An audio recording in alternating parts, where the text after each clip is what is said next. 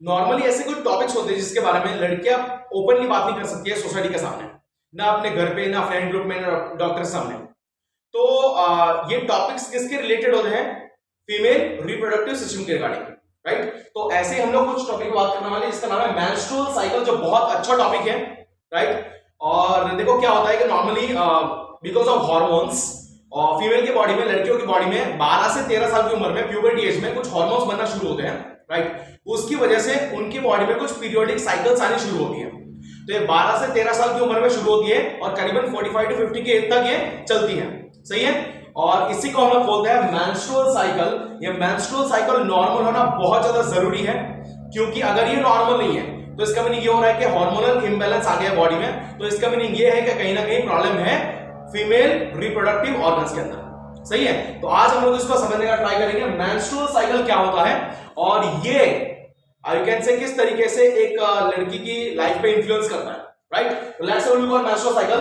ये है आपका फीमेल रिप्रोडक्टिव सिस्टम, जो आपको ऑलरेडी पता ही है, राइट। कई बार आपने डायग्राम देखा होगा। इसके साथ हम लोग इसको समझने का ट्राई करेंगे कि पीरियोडिक चेंजेस क्या आते हैं। देखो कैसा होता है कि 90% पब्लिक को आज भी ऐसा ही लगता है कि मेंस्ट्रुअल साइकिल करीबन 1 से 5 या 1 से 7 दिन तक आता है। जब कभी फीमेल की बॉडी से मेंस्ट्रुअल फ्लूइड बाहर निकलेगा, डिस्चार्ज बाहर आएगा, बराबर, ऐसा लोगों को लगता है। बट ऐसा नहीं है। मेंस्ट्रुअल साइकिल जो होती है, पीरियोडिक साइकिल जो है, वो करीबन 28 डेज की साइकिल है। 28 दिन, कितना? 28 डेज की साइकिल है। ये आपको थोड़ा माइंड में सेट रखना, पहली बात तो क्लियर है। अब इसको हम लोग समझने का ट्राई करेंगे। आप लोग मेरी आवाज सुनना, बिकॉज मेरा माइक बिगड़ गया है, तो आवाज पे कॉन्सेंट्रेट करना और ये देखना जो बताने का ट्राई कर रहा हूं मैं। तो सबसे पहले हम लोग बात करेंगे फेज नंबर 1। तो यहाँ पे फेज 1 है, 1 to 5 डेज तक चलता है, करीबन 1 से 5 या 1 से 7 दिन तक चलता है, बराबर। और इसमें क्या होता है मैं बता दूं, ये जो ओवरी दिखाई है ना मैंने, ये ओवरी से हार्मोन निकलता है जिसका नाम है प्रोजेस्टेरॉन। जिसका नाम क्या है? प्रोजेस्टेरॉन, जो यहां लिखा है मैंने। और ये प्रोजेस्टेरॉन हार्मोन जब कभी कम हो जाएगा, बहुत ज्यादा सिक्रेशन उसका कम हो जाएगा, ब्लड में कम हो जाएगा, मतलब ओवरी से निकलना आइदर बहुत कम या बहुत बंद कर देगा ऑर्गन से, ठीक है। तब जाके क्या होगा, फर्स्ट फेज आएगा जिसमें क्या होता है, जिसमें मेंस्ट्रुअल फ्लूइड का डिस्चार्ज होगा फ्रॉम वजाइना। ये जो वजाइनल कैनल दिख रहा है, वहां से मेंस्ट्रुअल फ्लूइड का क्या होगा, डिस्चार्ज होगा, वो बाहर आएगा, सही है। अब ये डिस्चार्ज में होगा क्या, ये समझना पड़ेगा। तो ये मैं आपको बताऊंगा फोर्थ फेज के बाद कि इसमें क्या क्या होगा, किस तरीके से होगा, ठीक है। लेकिन अभी के लिए जो फ्लो या फ्लूइड बाहर निकलता है 1 से 5 या 7 दिन, वो मैंने यहां बताया है, जिसको बोलेंगे फेज नंबर 1, जिसको ब्लीडिंग फेज भी हमने बोला हुआ है। वो विल डिस्कस ऑन दैट, क्यों बोला हुआ है, बट अभी के लिए इतना समझ के रखो। नाउ सेकंड फेज नंबर 2, ये आएगा 6 से 13 दिन के अंदर। 1 से 5 होगा, 6 से 13 दिन। इसमें होता क्या है, इसको देखो दो नाम दिए गए हैं। इसका नाम क्या है, पहला फॉलिकुलर फेज, दूसरा नाम है इसका प्रोलिफरेटिव फेज। उसके दो नाम दिए गए हैं। अब ये दोनों नाम ऐसे हवा में नहीं दिए, इसका कुछ रीजन है तभी दिए, बराबर है। जैसे देखो फॉलिकुलर फेज का मीनिंग क्या होता है कि जो ओवरी होती है उसके अंदर छोटे छोटे फॉलिकल्स बनते हैं, ओके, छोटे छोटे स्ट्रक्चर बनते हैं, प्राइमरी, सेकेंडरी, टर्शियरी, ऐसे अलग अलग फॉलिकल्स बनने की प्रोसेस शुरू होती है। और जब कभी ये फॉलिकल्स बनते हैं तो उसी के अंदर एग बनने की, मतलब कि फीमेल गैमेट बनने की प्रोसेस भी शुरू होती है, ठीक है।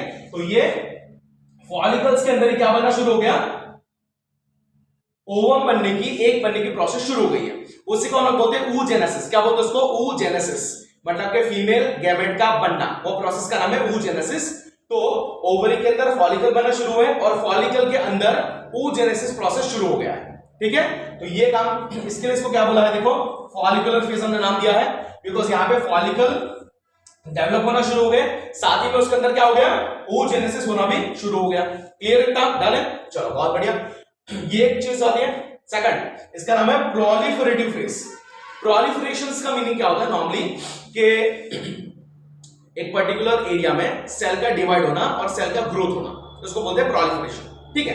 अब यहां पे क्या होता है कि फर्स्ट फेज में जो फ्लूइड निकला है, मतलब फ्लूइड जो डिस्चार्ज हुआ था, उसके अंदर क्या था कि ये जो यूट्रस होता है, यूट्रस, ठीक है। तो यूट्रस की इनरमोस्ट वॉल जो होती है, मैं कुछ ऐसे दिखाता हूं। ये इनरमोस्ट वॉल को हम लोग बोलते हैं एंडोमेट्रियम। क्या बोलते हैं इसको हम? एंडोमेट्रियम बोलते हैं। और ये एंडोमेट्रियम वॉल फर्स्ट फेज में कहीं ना कहीं वो निकल के आ गई थी, मतलब उसके कुछ सेल्स निकल के आ गए थे। इतना अभी के लिए इतना माइंड में सेट रख लो कि एंडोमेट्रियम वॉल के कुछ सेल्स निकल के फ्लूइड के अंदर आ गए थे फर्स्ट फेज के अंदर। तो अभी क्या है कि वहां से कुछ सेल्स निकल गए, तो अभी सेल्स को बनाना पड़ेगा, उसको रिपेयर करना पड़ेगा, उसको रीजनरेट करना पड़ेगा, सही है ना। तो एंडोमेट्रियम के अंदर उसके सेल्स को डिवाइड करना, नए सेल्स को बनाना और सेल्स को ग्रो करना, मतलब प्रोलिफरेशन करना, ठीक है। ये काम होने वाला है कहां पे, एंडोमेट्रियम, जो इनरमोस्ट वॉल है किसका, यूट्रस का, ठीक है। ये काम कौन करेगा, ये काम करेगा प्रोलिफरेशन, देखो and proliferation of endometrium wall, ये मैंने बोल दिया, सही है। Now follicular development, oogenesis and proliferation, ये दोनों के लिए कुछ हार्मोन्स तो होंगे ही होंगे, जैसे यहां पे तो यहां भी रहेंगे, मैंने बताया पूरा मेंस्ट्रुअल साइकिल हार्मोन्स पे चलता है भाई, कुछ नहीं है दूसरा, सही है। तो एक हार्मोन होता है जो हमारे ब्रेन से पिट्यूटरी ग्लैंड से निकलता है, राइट, उसका नाम है एफएसएच, मतलब कि फॉलिकल स्टिमुलेटिंग हार्मोन। क्या नाम है उसका, फॉलिकल स्टिमुलेटिंग हार्मोन। ये निकलेगा हमारे पिट्यूटरी ग्लैंड से, ये आएगा कहां पे आएगा, ओवरी पे, क्या करवाएगा, फॉलिकुलर डेवलपमेंट करवाएगा, सही बात है। और उसी के अंदर क्या होगा, डेफिनेटली oogenesis भी स्टार्ट हो जाएगा। सेकंड थिंग, यही एफएसएच क्या करेगा, ओवरी के अंदर एस्ट्रोजन भी होता है, तो एस्ट्रोजन को बोलेगा भाई तू उठ, अभी जल्दी जल्दी बाहर निकल, तेरा काम पड़ गया है। तो एफएसएच ने ये काम तो कर दिया और साथ में एस्ट्रोजन को बोल दिया कि तू भी सीक्रेट हो जा, तू भी रिलीज हो जा, सही है। तो एस्ट्रोजन भी क्या हो गया, यहाँ पे रिलीज होना शुरू हो गया, ये भी इंक्रीज हो गया। अब जैसे एस्ट्रोजन रिलीज होना शुरू हुआ तो एस्ट्रोजन ने क्या किया, oogenesis करवाना भी शुरू कर दिया, इसमें हेल्प कर दी, प्लस थोड़ा सा क्या कर दिया, प्रोलिफरेशन ऑफ एंडोमेट्रियम वॉल भी कर दिया उसने। तो ये जो एंडोमेट्रियम वॉल का प्रोलिफरेशन हो रहा है वो कहीं ना कहीं यहां से निकलने वाले एस्ट्रोजन ने किया है। किसने किया है, ये एस्ट्रोजन नाम के हार्मोन ने किया, बराबर है, जो ओवरी से ही निकलता है, जो एंडोमेट्रियम पे गया और वहां पे प्रोलिफरेशन करना शुरू कर दिया, ठीक है। ये प्रोसेस चलेगी करीबन 6 से 13 दिन तक चलेगी, क्लियर इतना। नाउ फेज नंबर 3, ये होता है आइदर 14th और 15th day of menstrual cycle, 14 या 15वें दिन, कोई भी एक दिन में ये प्रोसेस होती है। यहां पे होगा क्या, यहां पे होगा ओव्यूलेशन, यहां पे क्या होगा, ओव्यूलेशन। ओव्यूलेशन आपको शायद पता होगा, लेकिन फिर भी एक बार मैं बता दूं इसका मीनिंग क्या होता है कि यहां पे जो मैच्योर सेकेंडरी oocyte होता है, देखो मैंने बताया ओवरी के अंदर फॉलिकल, फॉलिकल के अंदर oogenesis होना शुरू हो गया, तो oogenesis के बाद जो मैच्योर सेल रहेगा लास्ट वाला, उसका नाम है सेकेंडरी oocyte। तो ये पूरे वॉल को रप्चर करके, तोड़ के, मतलब कि पहले तो फॉलिकल को तोड़ दिया, फिर ओवरी के वॉल को ब्रेक कर दिया, ये हर एक वॉल को रप्चर करके तोड़ के सेकेंडरी oocyte कहां जाएगा, फैलोपियन ट्यूब में जाएगा। इसी प्रोसेस का नाम है oogenesis, सॉरी उसी प्रोसेस का नाम है ओव्यूलेशन प्रोसेस, बराबर है। सेकेंडरी oocyte जो मैच्योर हो गया है वो पहले फॉलिकल को तोड़ेगा, ब्रेक करेगा, देन उसके बाद ओवरियन वॉल को ब्रेक करेगा और कहां जाएगा, फैलोपियन ट्यूब में जाएगा, और कहां जाके रुक जाएगा, एम्प्यूला में जाके रुक जाएगा। देखो ये रुक गए यहां पे आके, क्योंकि ampulla of fallopian tube will act as a site of fertilisation, तो वहां पे जाके वो आराम से रुक जाएगा, सही है इतना। तो इसी प्रोसेस का नाम है ओव्यूलेशन प्रोसेस, और ये होता है 14th और 15th day of menstrual cycle, सही है ना। चलो, तो इसके लिए इसको नाम दिया है ओव्यूलेटरी फेज, देखो यहाँ पे नाम भी दिया उसको। अब ये करने के लिए भी एक अलग से हार्मोन है जो 1 सेकंड कहां से निकलेगा, ब्रेन में आने वाले पिट्यूटरी ग्लैंड से निकलेगा, जिसका नाम है LH। LH stand for luteinizing hormone. तो ल्यूटिनाइजिंग हार्मोन जब आएगा तो ये क्या करवाएगा, ओव्यूलेशन करवाएगा प्रॉपर्ली। हाँ, थोड़ा बहुत इसके अंदर इन्वॉल्वमेंट एस्ट्रोजन का भी होता है, थोड़ा बहुत होता है, इसलिए मैंने यहाँ पे मेंशन नहीं किया है। लेकिन LH सर्ज जब होता है, LH बहुत ज्यादा आएगा, तब ओव्यूलेशन होगा ही होगा, सही है। अब चलते हैं 4th फेज में, जो बहुत काम का है। देखो क्या होता है, हर बार जब इतनी प्रोसेस हो चुकी है, मतलब कि यहाँ पे सेकेंडरी oocyte बन चुका है, एम्प्यूला में जाके रुक चुका है, अब फीमेल की बॉडी को हर बार ऐसा लगता है कि जब भी यहाँ पे सेकेंडरी oocyte जाके रुकेगा तो वजाइना से यहां से स्पर्म एंटर करेगा, और स्पर्म चलते चलते चलते फैलोपियन ट्यूब में, एम्प्यूला में आके क्या करेगा, यहाँ पे आके फर्टिलाइजेशन करेगा, जाइगोट बनाएगा, और जाइगोट बनने के बाद यहाँ पे जाके उसका इम्प्लांटेशन होगा। हर बार फीमेल बॉडी को लगता है कि स्पर्म आएगा, फर्टिलाइजेशन होगा, जाइगोट बनेगा, और एंडोमेट्रियम वॉल पे जाके क्या हो जाएगा, यहाँ पे इम्प्लांटेशन हो जाएगा, बराबर है। लेकिन हर बार ये पॉसिबल नहीं है, और हर बार ऐसा हो भी नहीं सकता, सही बात है ना। तो अब समझ लो कि स्पर्म नहीं आया, फर्टिलाइजेशन नहीं हुआ, और जाइगोट नहीं बना। अब क्या होगा, अब क्या होगा, चलो देखो, ये चीज पहले तो चल रही है, मतलब कि फीमेल बॉडी को ये लगना शुरू हुआ कि भैया फर्टिलाइजेशन होने वाला है, स्पर्म आएगा, फर्टिलाइजेशन होगा, अभी के लिए ये माइंड में रखो, सही है। तो फोर्थ फेज जो 16 से 28 दिन तक चलता है, जिसको हम लोग बोलते हैं ल्यूटियल फेज और सिक्रेटरी फेज, बराबर है, सही है। तो इसको ल्यूटियल फेज पहले तो क्यों बोल रहे हैं, क्योंकि ये था ना आपका फॉलिकल, इसको बोलते हैं ग्राफिन फॉलिकल। ये ग्राफिन फॉलिकल में से सेकेंडरी oocyte निकलने के बाद वो एक स्ट्रक्चर बनाता है, वो स्ट्रक्चर का नाम है कॉर्पस ल्यूटियम। क्या नाम है इसका? कॉर्पस ल्यूटियम, जिसमें से हार्मोन निकलेगा जिसका नाम है प्रोजेस्टेरॉन। क्या नाम है उसका? प्रोजेस्टेरॉन, सही है। तो कॉर्पस ल्यूटियम से निकलता है प्रोजेस्टेरॉन, ये आपको थोड़ा समझ के रखना है अभी के लिए। और ये प्रोजेस्टेरॉन क्या करेगा, ये जाएगा एंडोमेट्रियम वॉल पे और एंडोमेट्रियम वॉल को थिक करना स्टार्ट कर देगा। क्या करना स्टार्ट करेगा? थिक करना स्टार्ट करेगा। देखो यहां पे लिखा है थिक करना स्टार्ट करेगा, प्लस को सिक्रेटरी बना देगा, मतलब उसके अंदर से कुछ सिक्रीशंस भी आने शुरू हो जाएंगे। क्यों ऐसा हुआ?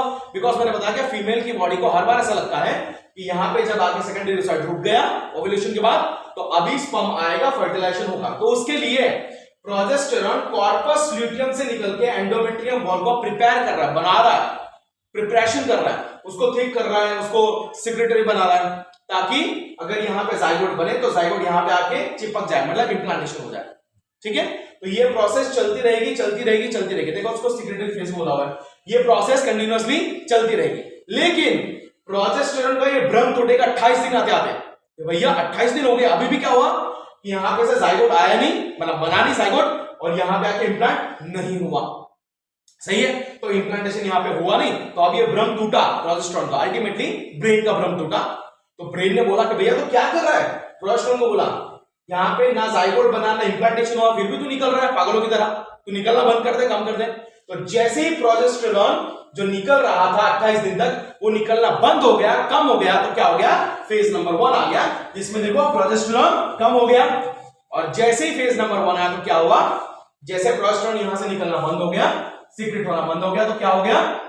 ये जो एंडोमेट्रियम वॉल थी वो शेड होना शुरू हो गई, शेड होना मतलब के टूटना शुरू हो गई, ठीक है। और ये एंडोमेट्रियम वॉल के अंदर क्या था? ब्लड वेसल्स भी थी, वो भी टूट गए साथ में। तो एंडोमेट्रियम वॉल के टूटे हुए मरे हुए सेल्स, उसके बाद ब्लड वेसल में से थोड़ा बहुत ब्लड, और ये अनफर्टिलाइज्ड सेकेंडरी oocyte, ये सब फाइनली कहां पे आ जाएंगे? ये सब आ जाएंगे मेंस्ट्रुअल फ्लूइड के अंदर। और इस तरीके से मेंस्ट्रुअल फ्लूइड निकल जाएगा, कब निकलेगा? वंस अगेन फर्स्ट 1 to 5 और 1 to 7 डेज के अंदर, सही है। तो इस तरीके से ये 4 अलग अलग फेज यहां पे चलते हैं, जो मैंने आपको बताने का समझाने का ट्राई किया है। ये फेज में जो हॉर्मोन्स का जो काम है, जो रोल है, वो मैंने समझाने का ट्राई किया है। अगर इसमें कुछ उतार चढ़ाव आता है, किसी कोई हार्मोन बढ़ गया, कोई हार्मोन कम हो गया, तो उससे प्रॉब्लम आएगा पीसीओडी, या फिर कई बार मेल हार्मोन भी थोड़ा बहुत होता है ना फीमेल की बॉडी में, तो मेल हार्मोन भी अगर थोड़ा बढ़ गया फीमेल की बॉडी में तो उससे होता है पीसीओएस। तो ये दोनों बहुत यू कैन से खराब कंडीशन है। मेडिसिन लोगे, ट्रीटमेंट करोगे, अच्छा हो जाएगा, वापस वो रिकरेंटली आएगा, है ना। तो इसलिए बस वही है कि स्पेशली मुझे गर्ल से बात करनी है, लड़कियों से बात करनी है कि आप लोग अपना डेली रूटीन मेंटेन करिए, खाना अपना हेल्दी रखिए, एक्सरसाइज करिए, डिप्रेशन फ्री रहिए, स्ट्रेस फ्री रहिए, सही है। हेल्दी लाइफस्टाइल मेंटेन करिए, प्रॉपर नींद निकालिए और कंसंट्रेट करिए अपने पढ़ाई के ऊपर, क्योंकि हार्मोनल चेंजेस से बहुत सारे फ्लक्चुएशन आते हैं। जो अच्छा है वो करने का मन नहीं करता है, जो खराब है वो करने का मन करता है, तो वो नहीं करना है। बस मेरी इतनी एडवाइस है बीइंग अ टीचर। चलो let it be. I hope कि आपको समझ में आ गया होगा कि मेंस्ट्रुअल साइकिल क्या होता है। Thank you so much.